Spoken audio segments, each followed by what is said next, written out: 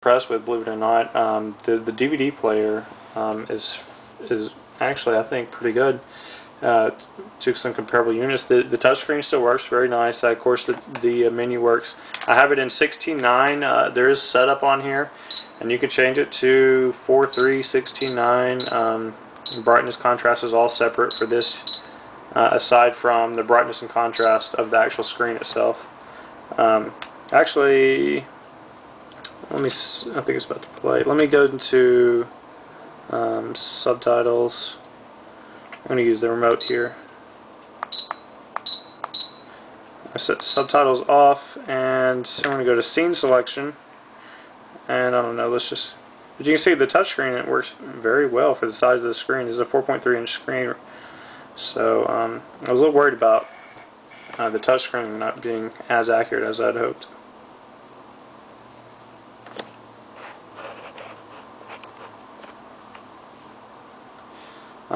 Here's the. I don't know why I started here. I thought I went to a different scene.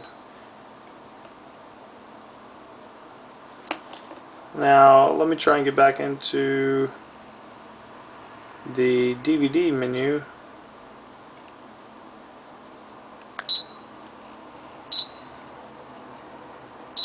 Now stop does work on here, so that's nice.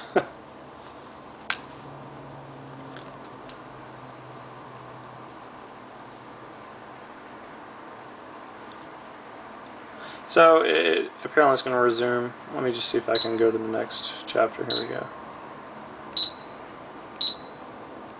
But scene selection does work, believe it or not, because I've played around with the DVD player a good bit.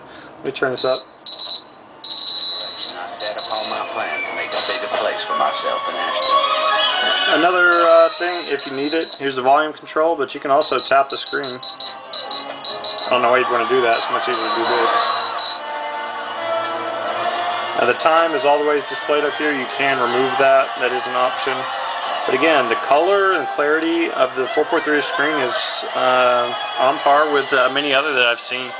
Some of the name brands, Jensen and those. The JVC color screen is a little bit better for the size, but again, you are paying over double the price. Anyway, there's DVD. I actually haven't tried to do dual mode. Let's see what happens if I do dual mode. Try to go to GPS. Will the sound? Oh, that's nice. So the sound does stay on. So if you have a comedy, stand-up comedy or something in there, or you just want to listen to it and not being tempted to look at the screen, I guess you can run your GPS here and still listen to the DVD. Anyway, I'm going to switch back.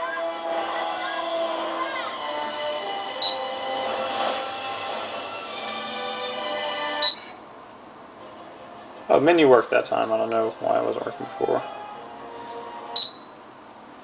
Press OK. Now eject this.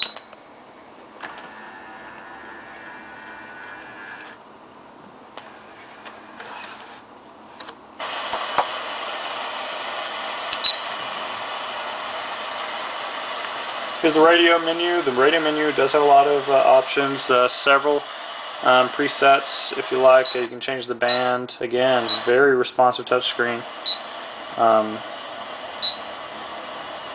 Volume, again, you can tap or drag here. Like many other units, you tap this, you can go to fade, balance. The difference is you can actually do contrast with the wheel itself, which is nice, and also color. You get black and white. So, again, it's radio, not too much special. I'll see about the reception when I actually get it hooked up. Oops, let's go ahead and mute this. Now, let's see, radio auxiliary in does work. I hooked up this actual digital camera to it. Again, the screen quality is okay. USB card does work. You can play video files from it, sound files. They all seem to work well. I haven't tried playing video files from the actual iPod yet. I don't know if that worked. I don't actually have hopes that it will, because the resolution or something may be off. I don't know, but I will try that later and try and post an update. Now let's go and talk about the Bluetooth. Now I have a BlackBerry here, and let's go ahead and I'll try and... Okay, again, to continue where I left off, I'm sorry, the memory card's not very large, it keeps cutting out. Talk about Bluetooth real quick, and then we'll be done, I believe. Bluetooth, I do have it paired with my BlackBerry. The pairing number is 0000 for all devices if you have to search. It doesn't say that anywhere in the directions. I just had to wing it, but yeah, that's what you do. So I can, if I place a call here, I'm just going to place it to my bank. Let's turn up this volume. Well,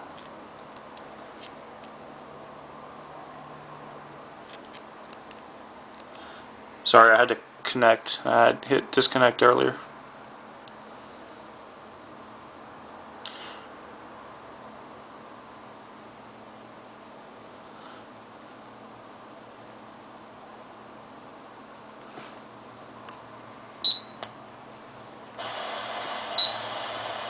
Try this one more time.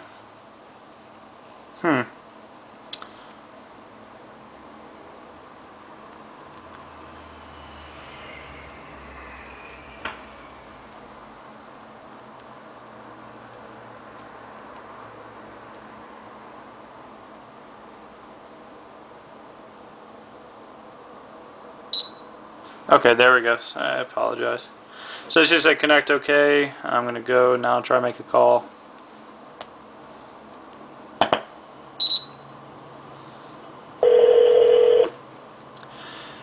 Now, welcome to Wachovia, a division of Wells Fargo Bank, N.A. Blah, blah, blah, blah, blah. Then you see all the functions work.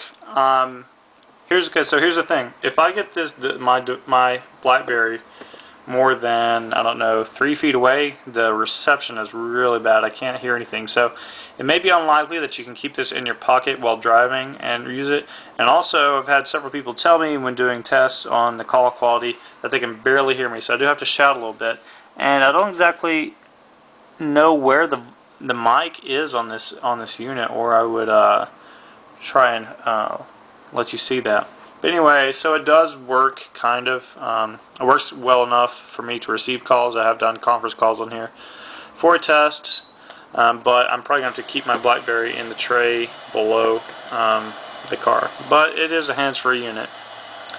Anyway, that pretty much sums everything up. I'm going to mute it here. If you do have any questions, then I'll be glad to answer those. A little note about, I can't remember if I mentioned this or not, but my GPS did actually have a problem when it loaded.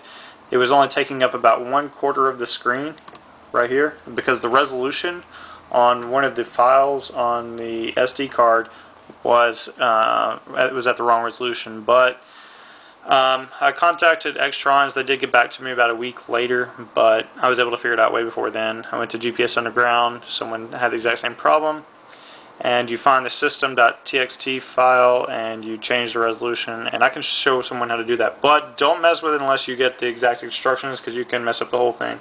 And it's smart. I went ahead and backed up my whole SD card, which is 2 gigabytes, and almost used the whole thing for these maps, onto my computer, so if anything goes wrong I can just re-upload it. Anyway, this has been my review. Overall, I would say I give it I